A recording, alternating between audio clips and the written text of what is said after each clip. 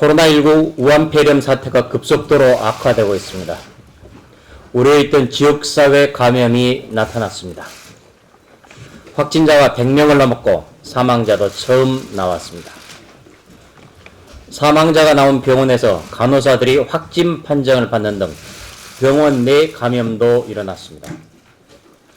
지역도 대구 경북뿐만 아니라 제주, 광주, 전주로 전국으로 퍼지는 양상입니다. 해외여행 이력도 없고 감염 경로조차 명확하지 않은 환자들이 속출하고 있습니다. 국민들의 공포심이 커지며 경제마저 얼어붙고 있습니다. 제가 이미 지적했던 헌정재앙, 민생재앙, 안보재앙, 그 3대 재앙에 이어 이제 보건재앙이 몰려오고 있는 것입니다. 정부는 초기 대응이 미숙했고 1차 방역에도 실패했다는 점을 인정하고 대책을 새로이 짜야 합니다. 문재인 대통령은 2015년 6월 메르스 사태 때 이렇게 말했습니다. 메르스 수퍼 전파자는 다름 아닌 정부 자신입니다. 박근혜 대통령의 진심 어린 사과가 필요합니다. 라고 말했습니다. 당시에 했던 말을 그대로 돌려드리고자 합니다. 지역사회 전파가 확인된 만큼 정부는 위기 경보를 최고 단계인 심각 단계로 즉각 상향해야 합니다. 또 우리 당이 지속적으로 강조해온 중국 방문자의 전면 입국 금지 조치 조속히 실행해야 합니다. 더 이상 중국 눈치 보지 말고 우리 국민의 생명과 안전을 최우선에 놓고 대응해야 합니다. 중국인 유학생 관리 책임도 대학에 전가하지 말고 정부 차원에서 대책을 마련해야 합니다. 유학생 5만 명이 입국 예정인 상황에서 이들을 기숙사에 수용하는 것은 불가능합니다. 일반인은 놔두고 유학생만 관리한다는 것은 눈 가리고 아웅하는 것입니다. 대학에 책임을 전가해서는 안 됩니다. 현재 전국에 500건 넘는 선별진료소가 있지만 가장 기본적인 검체 채취조차 불가능한 선별진료소가 105곳이라고 합니다. 무늬만 선별진료소지 제 역할을 수행할 수 없는 곳입니다. 선별진료소가 제 기능을 다할 수 있도록 장비 확충과 인력 보강 방안도 마련해야 합니다. 지역사회 감염 확산을 막기 위해서는 민간 의료기관의 협조가 무엇보다 중요합니다.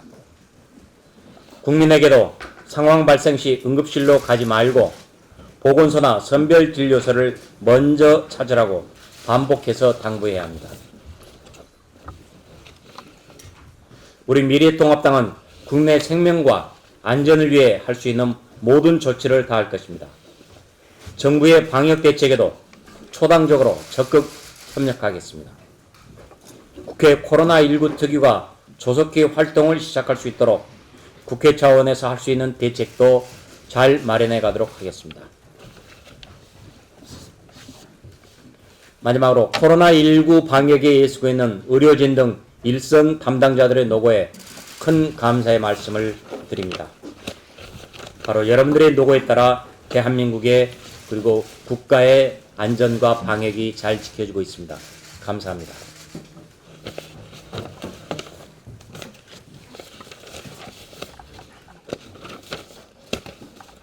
문재인 정권 출범 이후 자영업자와 소상공인이 벼랑 끝으로 내몰리고 있습니다. 통계청의 가계동향 조사에서 가구의 사업소득이 줄고 있는 것이 수치로 확인됐습니다. 작년 4분기 이후 5분기 연속 감소 중입니다. 지난 2003년 이후 최장 감소 기록입니다. 정부가 소득주도 성장이라며 최저임금 인상 그리고 주 52시간제 적용을 본격화하면서 자영업자들의 부담이 계속해서 가중되고 있습니다. 여기에 대해 코로나19 사태로 올해 1분기 경제성장률이 더욱 영향을 받고 있습니다. 심지어 마이너스를 기록할 것이라는 전망도 나오고 있습니다.